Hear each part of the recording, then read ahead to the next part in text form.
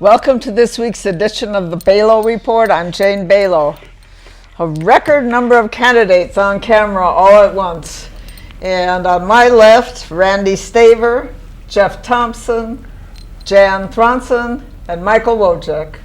All candidates in the election coming up next week on the 19th of March for the position of President of the Rochester City Council.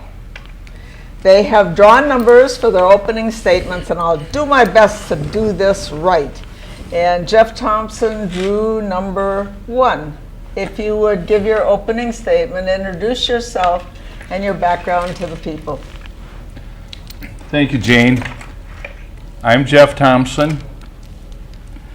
As a lifetime resident of Rochester, I have over 30 years experience with working with all levels of government, including city, county, township, and school board. Additionally, I've had several years of experience in the public sector, working as a court-appointed attorney and as a public defender for a period of 10 years. In my opinion, government is like a gigantic jigsaw puzzle.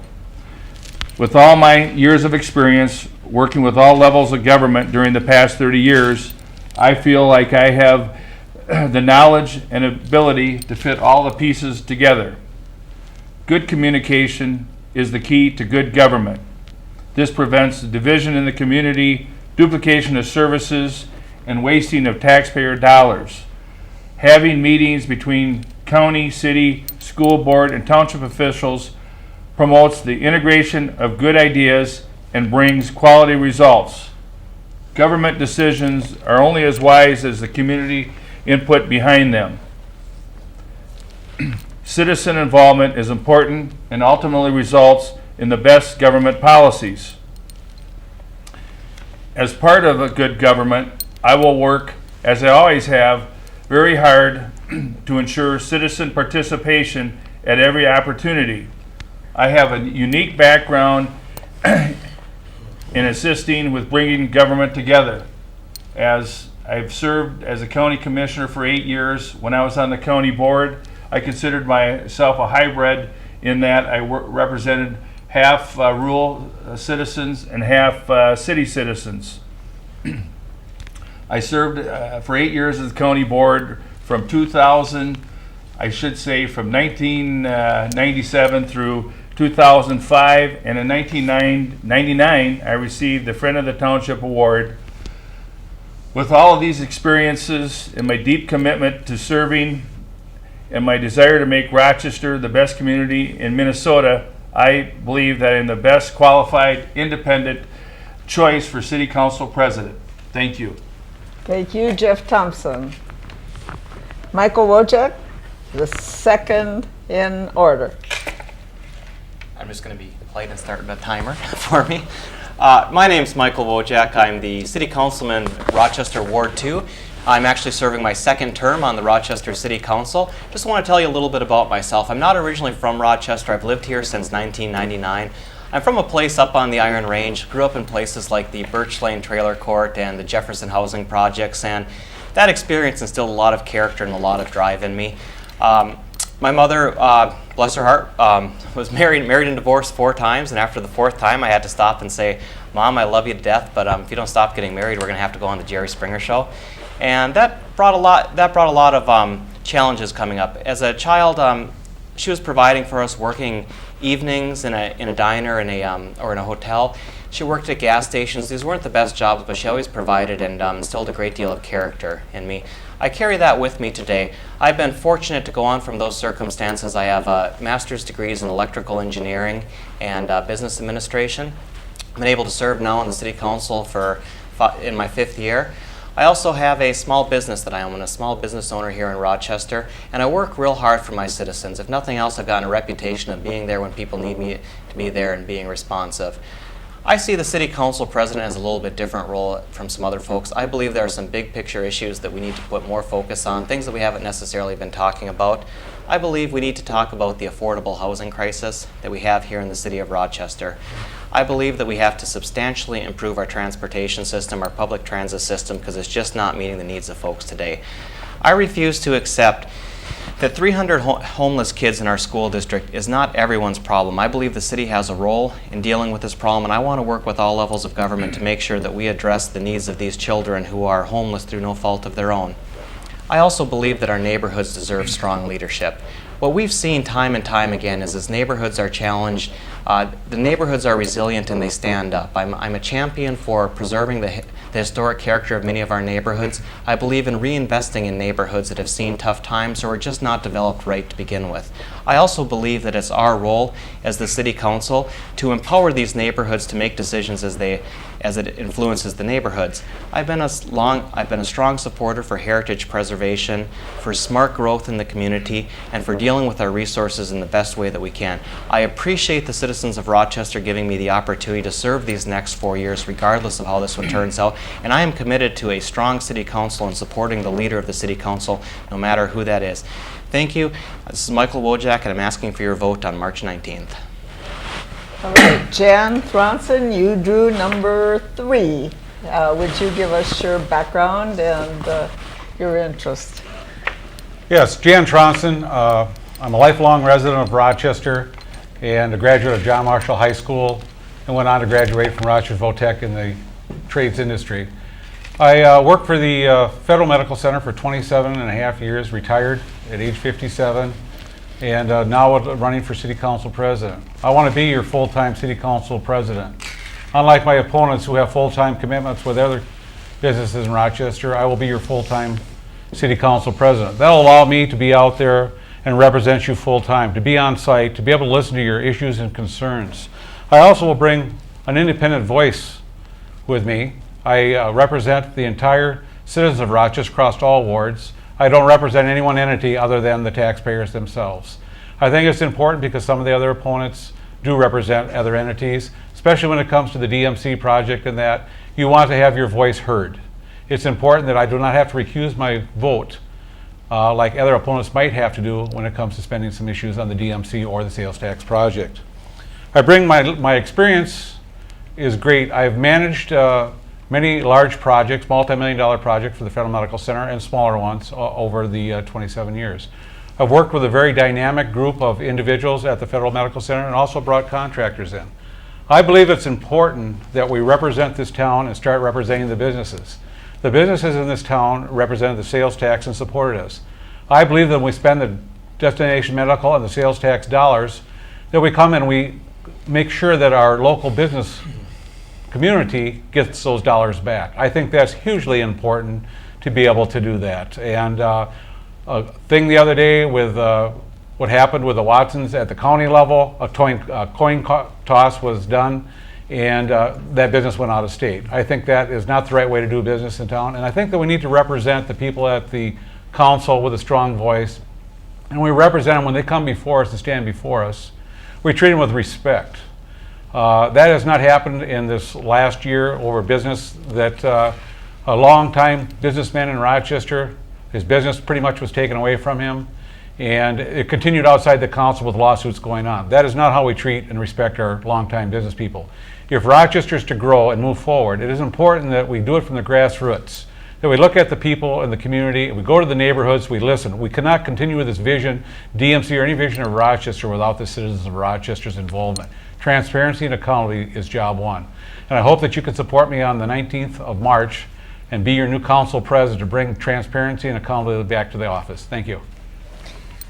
And having drawn number 4, we have Randy Staver. All right, You would give your opening statement. All right, thank you. My name is Randy Staver. I'm a lifelong resident of Rochester. I've grown up here, raised a family here, worked here my entire life, and I have a great love for this community. I currently serve as the council representative for the 5th Ward, the northeast part of Rochester. As well, I've served as the interim council president for the last 8 months, a role that I've grown to cherish and appreciate the challenges that come with that position. I believe that position needs to retain strong leadership. We need to have individuals with a broad and deep knowledge of a variety of issues that affect our community and city at large. I'm driven toward consensus decision making. My goal is to bring people together to find solutions and ultimately move our city forward. Although there are many important issues facing our community, public safety continues to be one of my highest priorities. And I've followed up with various actual tangible actions in that regard. I was a champion for a traffic light at a dangerous intersection where we had seen fatalities in northeast Rochester. I've been supportive of our county board members as they've tried to secure a 7th judge to help alleviate the concerns we have with the court backlog and the processing of our criminal court system. I've been supportive of our law enforcement as they've increased the use of technology so that they can do their jobs better and more intelligently and serve our community even better. I believe there's room for a variety of viewpoints on the council. I acknowledge that and I appreciate that. It brings a passion and an energy to the council that we sorely need. It keeps us on our toes. But at the end of the day, we need to have those conversations in a very dignified, respectful environment. Again, we're trying to find solutions that benefit everyone in our community. At the end of the day, we need a moderate voice, someone in the council president role that can achieve those goals for our community. I believe I am that person for the role. I've done the job now for the last 8 months, and I would appreciate your vote very much on March 19th. Thank you, gentlemen. Now we will proceed with some questions, but first I want to ask you, and I'll start with Randy. We're going alphabetically to my left and your right. What has been the best question you've been asked so far in the campaign? Well, probably the best question and also the toughest question is, what's the single most important issue facing the city? And that's really tough because we have so many issues before us, and not only issues but opportunities. You think last fall when the citizens of Rochester entrusted us with their vote by a nearly 2-to-1 margin of the extension of the sales tax and the incredible opportunities that brings to our community. A number of infrastructure projects that affect education, our seniors, the community at large. It creates a wonderful set of opportunities. So probably the best question and toughest is to choose among those many opportunities and issues before us, and it's been a wonderful experience. Jeff Thompson, what's been the best question you've been asked? There's been so many of them, but I think probably the best question relates to how do we prioritize core services and balance the needs of all the citizens in Rochester. We know in the last 10 years, Rochester has absorbed probably 15,000 new residents who were former township residents like myself. And being a hybrid commissioner, I think that's where one of my strengths is. I've represented all shapes and sizes of the citizens. Everybody has different interests, but one of the things I championed when I was on the county board, and I've always done, I've been the strongest youth advocate in the community, helped build the first skate park, and I've always said we have a great community. And great staff, and that's why Rochester does so well. But at the end of the day, we have to be ever mindful of our youth, because our youth of today are our leaders tomorrow, and we have to build infrastructure in this community that wants to make people, our youth, come back to Rochester, after they graduate from college. Great. Thank you, Jeff Thompson. Jan Throndson. I guess one of the questions would be the vision. What do you see Rochester? And I think the vision of Rochester includes all the residents of Rochester first. We cannot move forward to the vision of Rochester without first asking our citizens and working with our citizens. I think it's important that we take a look at our neighborhood groups and our core groups and ask them, what do they want Rochester to look like? We've heard about the DMC. It's a wonderful project. It's wonderful growth for Rochester. But how will that affect the citizens of Rochester? I think it's important when we talk about eminent domain. That was a big concern the other night at the meeting during DMC. There's just a lot of answers, there's unanswered questions out there, and I think as we go through this, transparency and accountability, especially transparency, is that from conception to completion that we involve all the neighborhoods and all the citizens, so it's a better understanding. And I think that we do that also by doing the agenda, by moving the agenda of the City Council out 2 weeks farther so that people have a better understanding of what's coming up for the vote and what are the issues. So when they come to the City Council meeting, that we can move through on a consensus basis, that everybody gets along. you know, we're not always going to agree. Everyone on the council is not always going to agree, but we have to make sure the democratic process moves forward. And again, that all goes back to the people of Rochester and the involvement of the citizens of Rochester to move this forward, along with our education. I think that education, the CTAC, and bringing this through is important. Thank you. Thank you. Michael Wojcik, what's the best question you've been asked so far? Well, I'm out there meeting a lot of new people, and a lot of people like to ask me, how do you pronounce your name? So I like to tell them it's Michael, and usually solves the issue. More importantly, there's a lot of timely questions going on. I think a great question is timely, and there's a lot of questions about how do we make sure that the entire community voice is heard on something as exciting and dynamic as Destination Medical Center. And it's something that I can say honestly that I don't have the entire answer for that, but I am working very hard. I've been an advocate for making sure we get diverse voices, not just Mayo Clinic representatives on this board representing the Destination Medical Center, and making sure that other affected entities, for example, those who have needs for affordable housing potentially in the future, how do we create a community that's great for everybody, not just some of the best and brightest that we have up at the clinic. Thank you. All right, Jeff Thompson, why are you running for this position? I know everybody has an answer for this because you've all thought about this a long time. Why are you running for the position of President of the Rochester City Council? Thank you, Jane. Primarily because of the experience I bring to the council. I have the most experience of anybody that's running. I've served 8 years as a county board member. The other candidates that are running, one has 2 years, one has 4 years, and one is just starting. But at the end of the day, it's my experience in real estate. Mostly what the city does involves real estate. With the DMC initiative, that's going to involve real estate. There's a lot of unanswered questions with the DMC. I think it's a great project. A lot of the concerns we're hearing about the DMC involve the concept of eminent domain.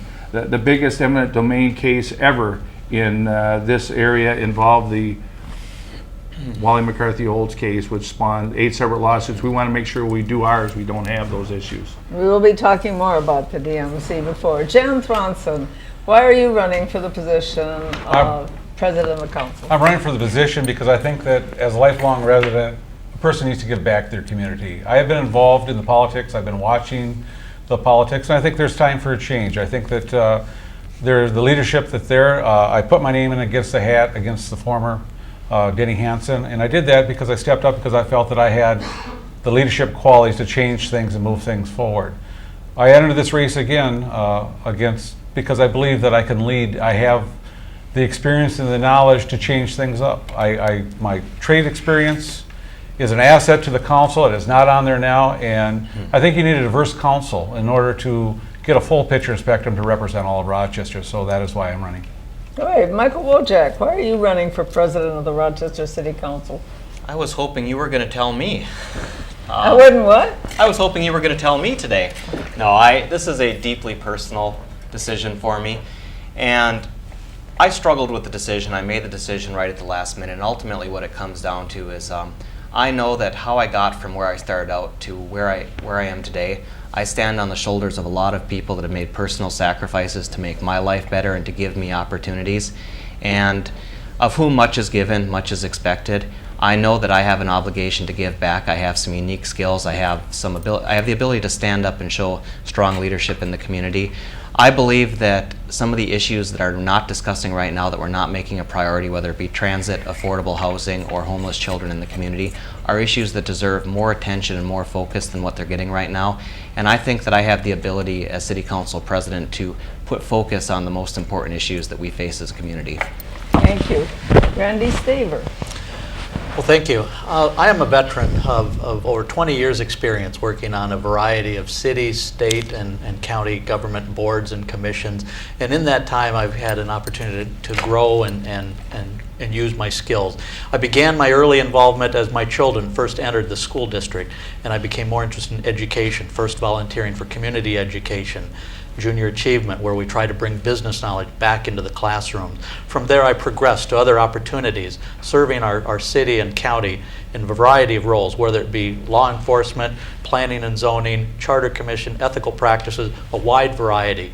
The city council, when I was first elected to the 5th Ward, offered me an opportunity to bring all of those skills to the table and offer my assistance to the citizens of Rochester. The city council presidency has offered me an opportunity to further those skills and further help the citizens of Rochester. We have so many issues before us, so many opportunities. It's so important that we address those in a very honest, very transparent method. And that's what I hope to bring to the city council. I lead with integrity and a genuine sense of public service. Good. Okay, now if elected, Jan Throndson, you get this question first. This is a hard one. If elected at the end of the first term, how would you like to hear yourself described in a sentence or less? I'd like to hear myself described that I was a fair, impartial president that took the people's voice and listened to it and let the democratic process work, so that at the end of the day, they could all look and said, we might not have all agreed with what went on, but the concept of the democratic process worked so that everybody could walk away from the table feeling that they had a stake in the game and that they did come out of their issues on the upside of it. And I think that's very important. Thank you, Jan. Michael Wojcik, how would you like to hear yourself described? In a perfect world, it would be that's the guy who resigned from the city council after he won the lottery. But in a more realistic world, I want to be the person who did exactly what he said he was going to do, focused on the issues that he talked about and that were most important and brought them to the forefront in the community.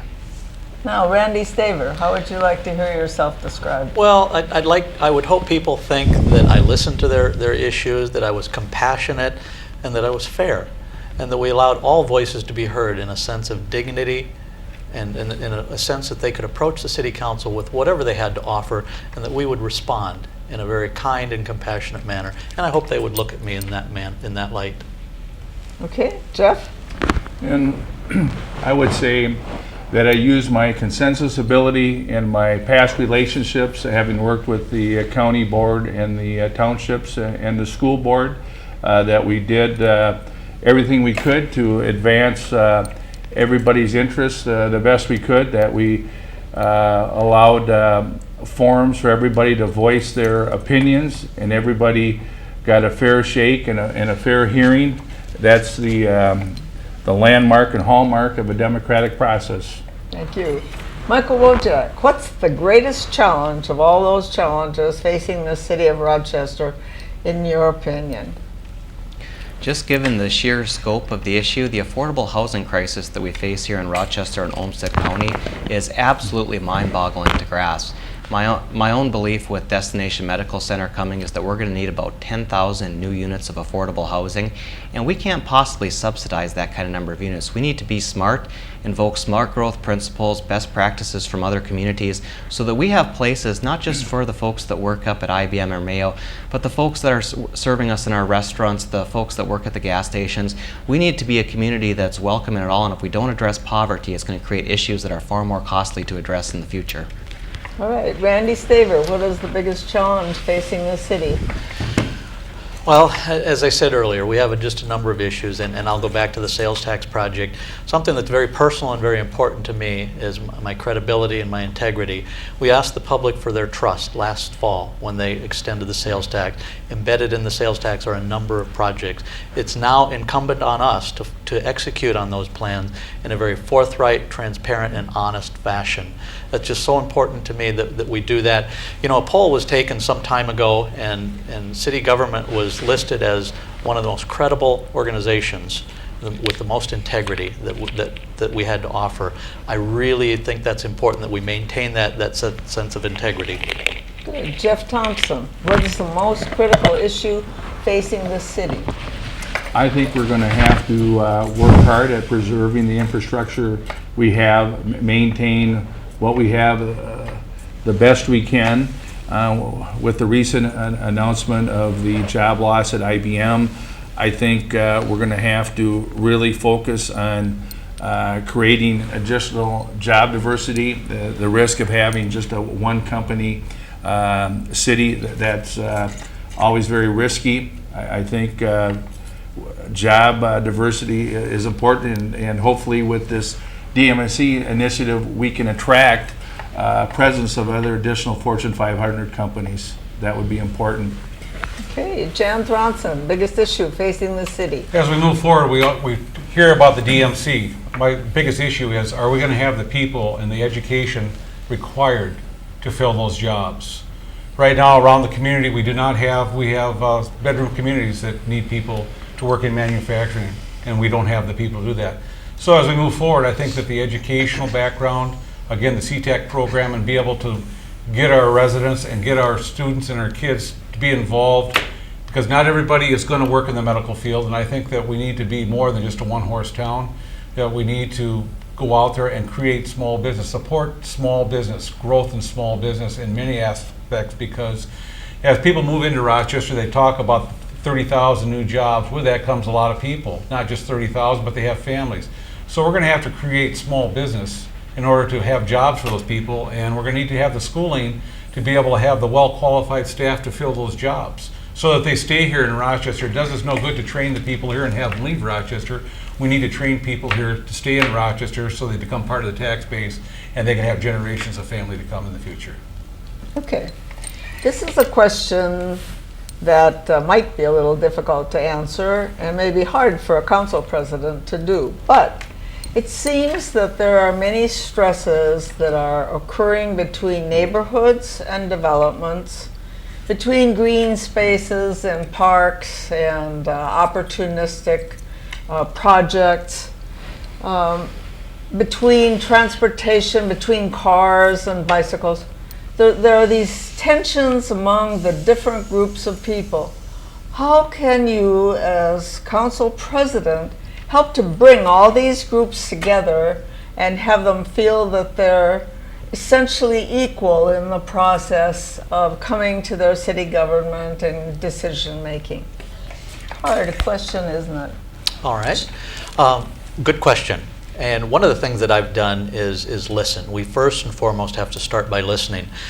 Even though, as council president, even though I'm in the interim role and we've had a number of neighborhood situations, I've attended in support of the council member representing that area.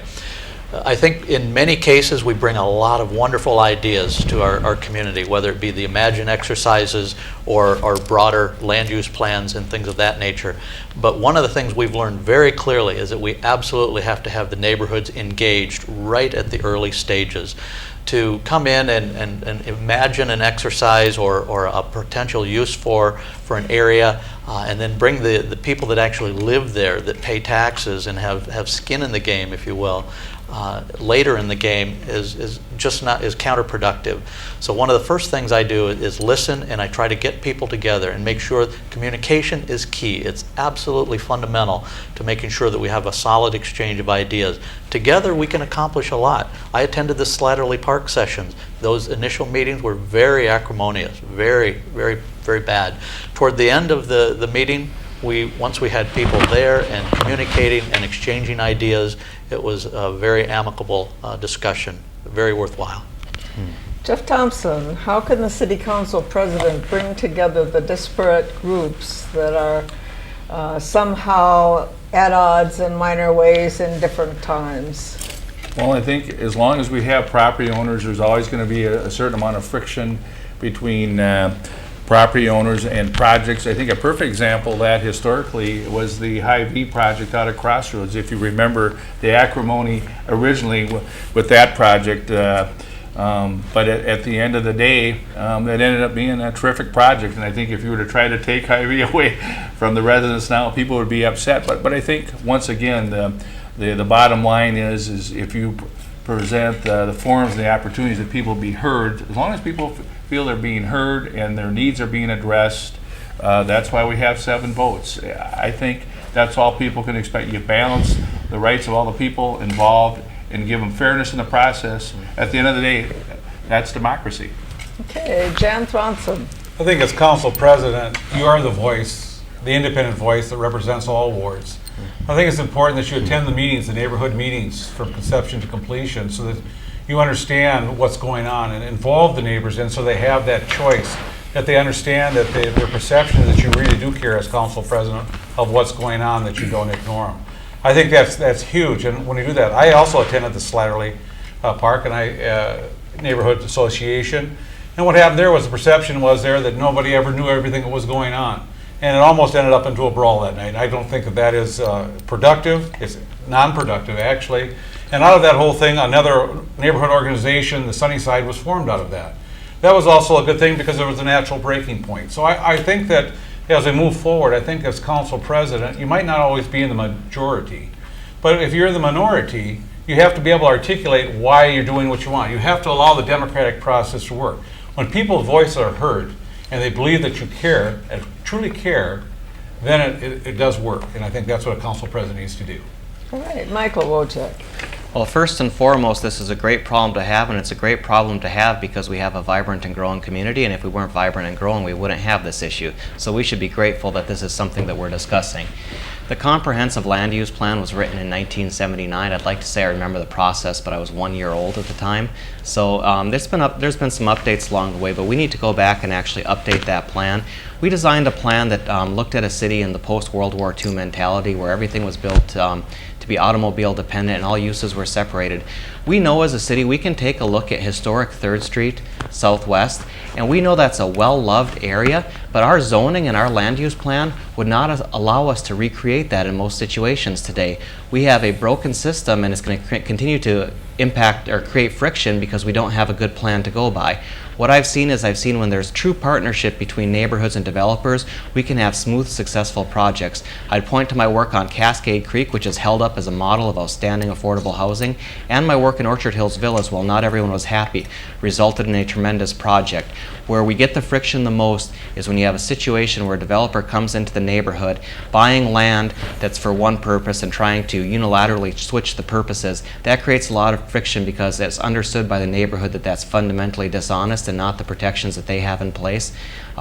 Things like shops on Second could have been a lot smoother if they had actually communicated honestly with the neighborhood. Unfortunately, the Kutsky Park neighborhood felt like they were cheated in the end, and I have to agree with them. Jeff Thompson, you mentioned the Destination Medical Center in several of your remarks. This question is about the Destination Medical Center. What does this mean for the City of Rochester and for the City Council? Good question, Jane. It's in its infancy stages, and a lot of questions have come up with regard to the issue of eminent domain. Once this authority or board is created, as I understand it, the power of eminent domain is going to be given to this authority and board. And with some of the preliminary drafts I've seen, I understand that some of the public hearings wouldn't necessarily have to be held in Rochester. I think if the property is involved is in the city of Rochester, Olmsted County, obviously any such hearing should be in the city of Rochester. And I think as a kind of a protective mechanism, I would like to see the city of Rochester, having a vote on the Condemnation Authority. If you recall, the big project up in the 494-35W Wally McCarthy Olds situation, that spawned eight separate state and federal lawsuits, and we don't need to have that happen once this authority is granted. I'd like to see some protections built in to the statutes on that. Okay, Jan Throndson, Destination Medical Center. What does it mean for the city and for the council? I think it's a great opportunity. It's a new idea. It's a whole new concept that's never even been heard of. And I think that we need to look at this as a very positive thing for the city and also our surrounding neighborhood bedroom communities, because they are going to play a big part in this too, because as we grow with Destination Medical, some people are going to want that green space, and Rochester might not be able to afford all that green space. Some might like that little hobby farm. So I think as we work through this Destination Medical, I think it's important that we go slow with it so we get it right the first time. It is a new model. We are going to make some mistakes. But I think, again, the eminent domain is what I've heard a lot of the issues have gone on. And I think those are questions, that's a huge question of people that needs to be answered. And so we need to slow it down a little bit in the sense we need to get it right the first time. Okay, Michael Wojcik, Destination Medical Center. Well, it's an outstanding opportunity for the community. It's such a huge opportunity. We have to figure out how to work together, move forward, and make sure that we actually get this done. We can't let this opportunity slip by. The concerns, it's the same concerns that you hear over and over again. It's the transparency. Are these meetings going to be truly open to the public? Is the authority going to be open to the public? How about the oversight? Are we going to have a situation, as the City Council approved language, that would have had all 3 seats representing Rochester be Mayo employees or a retiree of Mayo? I expressed concerns about that, and ultimately the state did agree with me that that was not the way to do this. And finally, the eminent domain, which has been covered as well. These are challenges. They're not insurmountable challenges, but we have to address these as well as deal with the consequences of how are we going to provide the amount of affordable housing we need to fill all of these roles, because they're not all high paying. All right, Randy Staver, Destination Medical Well, Center. I think certainly Destination Medical Center creates just a wonderful opportunity, and in many cases it is a bit misunderstood. It is a new model, something that we've not seen before, so that does bring a certain amount of scrutiny. As to some of the aspects such as eminent domain, I'm perhaps not as, that seems to be a rallying cry, I'm perhaps not as concerned about that. You have to remember that there are a great number of rules applied to eminent domain. In fact, it's very difficult, if not impossible, to use eminent domain simply for economic development purposes. So the criteria used for eminent domain and the use thereof are very limited. I think the legislative process that we're undergoing right now is providing a very successful vetting process. We've attended several hearings already and participated. And in fact, the city is not sitting on the sidelines on this. In fact, next Tuesday I'll be attending and speaking on behalf of the city at the tax committee. And it's very important that we participate in that process. We're learning some things as well. We're all learning as a community. Our legislators are learning. But at the end of the day, this is an incredible opportunity, and it deserves scrutiny. It deserves transparency and honest deliberation. But hopefully it will come out at the end of the day, and we'll have a great deal to show for it. What is the most important thing that the City of Rochester should do to prepare for this Destination Medical Center as soon as it gets through the legislature? You have to say that because it's still working its way. But what do we have to do? And Jan Throndson, this question comes first to you. I believe what we need to do is, like the meeting the other night at the public library, we need to hold a lot of meetings. If this is passed, we need to hold the meetings with the community. In other words, Mayo, the city, and everyone has to come together to decide where are we headed with this. Give us a plan and have us idea.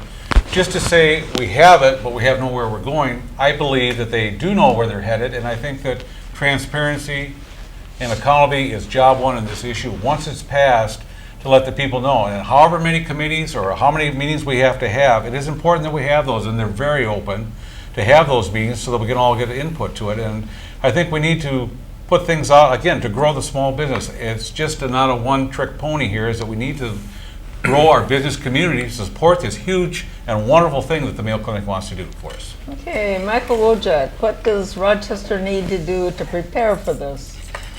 Well, I enjoy mountain climbing every now and then, and the worst thing you can do is spend 3 hours climbing away only to find yourself at a dead end. It's all about planning ahead of time, and what we need to do as a community is figure out, get a new comprehensive plan in place, a comprehensive plan that accounts for the needs of Mayo and Destination Medical Center, but accounts for the needs of the community in terms of improving our lackluster transportation system, our public transit system, addressing the affordable housing issues, and addressing other growth issues that are going to come along with this. If we want to continue the model that we're going on, we've gotten ourselves to a situation where we're geographically approaching the size of Minneapolis with less than 1/3 of the population. That'll bury us under a mountain of infrastructure that we can never afford to pay for, so we have to do smart growth. All right, Randy Staver. Well, in the early stages such as we're in, certainly communication is absolutely fundamental. You could argue that we weren't as proactive on communication as we should have been as a community. And now we're seeing a lot of action in that regard. We're using social media, we're using public forums. Just last Wednesday, there was a forum hosted by the Post Bulletin, Overflow Crowd, and now they plan to hold another session on March 20th. So that's an incredible opportunity. What can we do? In a sense, we're already doing it. We are looking at land use. We're looking at planning transit changes. We're looking at a variety of business and other opportunities as we continue to grow our community. One of the questions I was asked is that the Destination Medical Center is based on proof, not promise, and that the dollars only flow back to the city of Rochester once there's demonstrated proof of tax increase. And one of the valid questions was, well, how do we get started then in that sort of scenario? And one of the things to keep in mind is that city government is always thinking several years down the road. We have a capital improvement budget where we set aside money for infrastructure improvement, whether it be roads, sewers, land acquisition, and so forth. So it's not as though we're starting from square one. We have a great deal of vision and planning already in place, and we'll use that to sort of get the ball rolling. All right, Jeff Thompson, how can the city prepare for DMC? Yes, I think information is key. This initiative involves all Southeast Minnesota. I think all the communities, the 17 surrounding communities that were receiving sales tax involve all those communities. Our college and business leaders, I mean, you look at all the people in our current college, RCTC, that are currently employees at Mayo. I think all those players need to be included in the formulation of this DMC as it evolves to the next level. We just heard about this, at least the public did, only about a month ago. So I think information and these meetings are important. The more information out there, the more informed we can be, the better we can react. And All right. Michael Wojcik, historic preservation. Tell our viewers what you think about the importance of historic preservation and how we should be proceeding, because it's still in its infancy, if I might use that word. Well, and it's a very old infant because we've been trying for 30 plus years around here. I think it is absolutely a shame that Rochester is the only city of 100,000 in this region that doesn't have a serious heritage preservation ordinance, and I am working very hard to change that. There was a group that put themselves together called the Alliance for Responsible Preservation. I think that's a terrible use of words, because what this meant was that when I talked to this group, I asked them, would you have the ability to just go get a demo permit and tear down the Chateau Theatre, the Avalon Cove, under this proposal? And unless the owners wanted to play ball, yes, you could have, and that's just completely unacceptable in my book, and that's not responsible preservation. Some people see this as a charity or something we do out of the goodness of our hearts. It's not. It shouldn't be viewed that way. These buildings have economic vitality. It brings jobs to the community. People appreciate things like 3rd Street Southwest. So I'm going to be a champion. I'm going to work with willing partners, but at the same time, I don't accept it when someone like Dr. Black comes in and tells the community that the weakest ordinance in the state of Minnesota is somehow too extreme for Rochester. I don't agree with that mentality. I don't think that that's a moderate position at all, and I want to stand for a strong heritage preservation ordinance like other communities. Okay, Randy Staver. Well, I'm perhaps a bit more optimistic than some of my colleagues, having actually served on Heritage Preservation Commission in earlier years. I've been through those days when we made not one but two attempts to pass a heritage preservation ordinance. The first attempt was voted down flatly. The second attempt, never even made it to a vote. So this was incredibly important to me, the current version of the heritage preservation ordinance that we passed. And I do appreciate that it's not everything that some groups wanted, but it was imperative that we take an initial step. And in this regard, it allows us some time to not only continue the dialogue in the community, but also protect some properties along the way. So this was just an incredible opportunity. It is a baby step, but it was important to me. And again, as a council president, as I sense how things are going, the last thing I really wanted to see is that we would have yet another failed attempt that quite frankly could have crucified any opportunity to discuss heritage preservation in a formal sense for perhaps years. So I think I do think that there's a bit of optimism here. We've made some inroads, and now we just need to further those. Jeff Thompson? Yes. Preservation of some of our historic structures are really important. I was on the county board when there was serious discussion of demolition of the old stone buildings out the fairgrounds, and that fortunately didn't come to pass because of some strong work of individual citizens.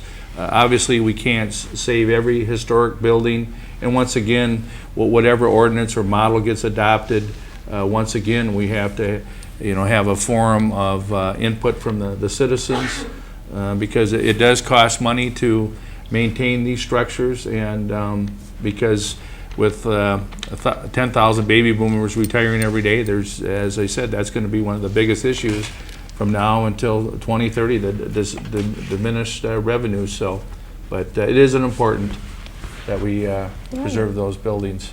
Jan Throndson. I think historic preservation is very important for any city. You got to know where you've been and where you're going. I think the history part of it is, as I watched it this last summer, as the very interested group in historic preservation, is they're working very hard. And I think that some good steps have been moved forward, as Randy said, on the council. They're small steps, but it's a step forward. Yeah, I think it's important that to do the historic preservation, that the group has to have some skin in the game. In other words, where is the money going to come to save all these buildings that somebody wants to save? You go to the taxpayer, and the taxpayer says, well, you know what, we just don't have the money. That's really not the answer either, because when they looked at some of the old train depot, they moved the train depot because the people that wanted to save that put skin in the game, put money aside. They didn't get it done right away. It sat on the light plant property for several years before they were able to move it, and now it's on 4th Street. So I think that what's moving forward is the transparency that happened this summer allowed this new ordinance to start to come through, so that we can open up this historic preservation committee and we can grow from that, so that we can learn from our mistakes and move forward with it, so that we can save some of our history, because it's important to save our history. Good, thank you. All right, we're going to talk, you know what, we haven't talked about money. And I know the governor's budget is still in a state of flux and the legislature is still meeting, but we're talking about an aging infrastructure in this city, and the need for capital is going to be there. Where are we going to get the money, or do we just not worry about that yet? Randy Staver. Well, certainly it would be imprudent of us not to be thinking about the finances of our city. This year we have a $191 million budget, and but again, as I said earlier, we do allocate several of those funds for capital improvement, and so we are planning for the future. We are setting funds aside for the sorts of maintenance and repairs that we need, whether it be roads or waste treatment. In fact, I asked the city administrator the other day, what's the state of our waste treatment facility? Can we accommodate the kind of growth that we're anticipating? And yes, we made plans earlier when we made the last maintenance and expansion, and it worked just fine. We are prepared. Jeff Thompson. Yes. That's a real important issue. I think, as we all know, every time our community sends up a dollar bill to the Capitol, we get about 60-some cents back. When you look at all the improvements in other areas of the state, you look in the last 35, 40 years, the metro area has gotten a new Twins stadium, a new Viking stadium, a new St. Paul Stadium, $1 billion light rail. Northern Minnesota has been well taken care of, but it seems like southern Minnesota has not received those kind of funds. So hopefully, our legislatures can meet with the governor and try to increase our share of the revenue pie. Otherwise, we're just on our own to try to raise revenue the best we can, and hopefully, the sales tax provides additional revenue, and the DMC will provide revenue. Otherwise, we have to just prioritize what we want done. Okay, Jan Thompson. They say build it and they will come. If this DMC and everything goes through the infrastructure, the people coming to Rochester, those new jobs that are created, they pay the taxes.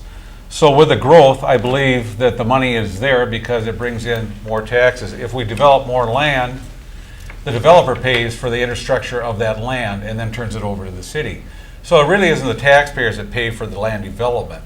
So it's important that as we grow that we see that money. If the mail model really does work, it will provide us with that money because we have tax dollars also coming in here from people who work in Rochester. And it's important that we move slowly at, that we just don't build something because we think they're going to come, but rather we move as we move forward with it, that we make sure that our infrastructures are up. I agree with Randy. I asked the same question about the reclamation plant.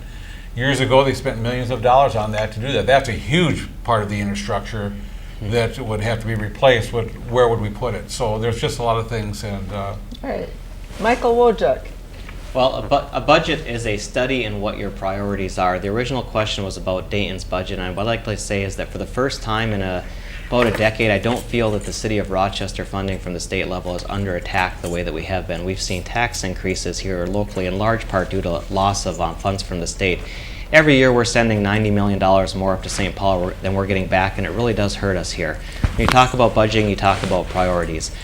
It's important to realize that while developers often do put in a lot of infrastructure, oftentimes it's very heavily subsidized. For example, we did the calculation when we expanded the wastewater treatment plant, and we found out that your average sewer hookup actually cost about $15,000, but we were charging less than $5,000.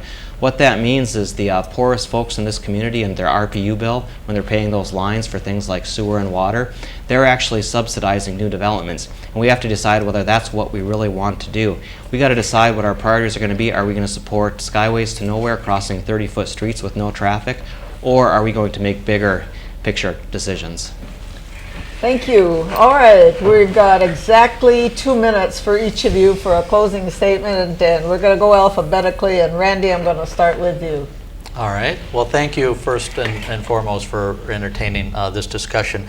As I said earlier, I'm a veteran of 20 years of service on a variety of cities, state, and county boards and commission. I believe I've led in a sense of integrity and a genuine sense of public service. The goal of our city staff is to rise to the top, and RISE stands for respect, integrity, safety, and excellence. And that really formed the fundamental style of my approach to government. I have an appreciation of the issues facing our community. I've grown up here, raised a family here, my parents and grandparents lived here, and I just have a genuine love for our community. But we need a moderate voice who can bring people together on the city council, not polarize people. We need to offer a forum where we treat people with dignity and respect. I offer trusted, experienced leadership, and I ask for your vote on March 19th. All right, Jeff Thompson. Thank you. As I said, I think my years of experience on the county board and working with government at all levels the last 30 years makes me a perfect candidate for city council president. I have a proven track record of working relationships with all communities in the city of Rochester. But most importantly, my 25 years of being certified as a specialist in real estate, I think that's the characteristic that distinguishes most from the other candidates. Mostly what Rochester does involves real estate, and with that asset, I think that's my tremendous asset to the council. All right, Jan Throndson. I bring a new approach to the city council that's not there now. And I believe I have the energy and the time, and it will be my full-time job to be your city council president. I think that's an asset to all of the residents of Rochester, because I'll be able to be there during regular business hours to listen to your concerns and the issues, and meet with the city staff on issues and concerns that they may have, so I become more educated on any of the issues that comes forward. I ask you to take a new approach, to elect a full-time, experienced, independent voice. My voice is not by any entity. I represent only the citizens of Rochester. I will not have to recuse my vote on any issue as it goes related to the DMC or sales tax, because I'm directly related into it. So again, I ask you to put my 37 years of experience and knowledge in the construction trades that's not presently on the council. I think it'll bring a well-diversified council to have myself on that council and to lead that council. And I ask you to vote for me on the 18th. Thank you. Michael Wojcik. Thank you for the opportunity to be here. I want to just tell you a little bit of story about what it means to be a leader to me. A few years ago, we had a situation on 2nd Street where we had a business called China Massage, who was operating in prostitution and human sex trafficking right there. I brought that issue to the city council, and the city council did not want to take any action about it. One person on the city council even went so far as to say that we should just wait the 15 to 18 months to have a trial before we take any action. I thought that was dead wrong. I thought that people are put in harm's way. As a leader and as an independent person, I went out there, invited the news media out there, and talked about the issue. We shamed the owner of that business and that property into closing it down. This was something that we needed to do for the safety of the community because we stood up and showed strong leadership. A victim of human sex trafficking got brought and received some help. This is absolutely critical. When you talk about a city council president, Michael Wojcik, I want you to understand that you have somebody with courage, vision, honor, dignity, and will stand up for you when you need somebody to stand up for you. As I've always been, I will be there for you. Thank you, and please vote for Michael Wojcik on March 19th. Thank you, all four of you. I know that our viewers in Rochester and the area communities thank each of you for this race and giving the time and the energy. And we also thank the Chamber, the League of Women Voters, Rochester, the Post Bulletin, and all those the senior citizens, and who have I forgotten? There are a lot of them who've had forums, and it's been wonderful for both you and for them to be able to answer those questions. So, to our viewers, don't forget to vote on the 19th of March. And actually, if you're going to be out of town, you can still vote, I believe, before the 19th of March. But just remember to vote. And we thank you, Randy Staver, Jeff Thompson, Jan Throndson, and Michael Wojcik, all four of you. And good luck to you guys. Thank you. Thank you for being with us. We'll be with you again next week, same time, same channel. And we thank Charter and RCTC and Guy Hammerneck and his staff for making this 1 hour special available to us for the election. Thank you and good night.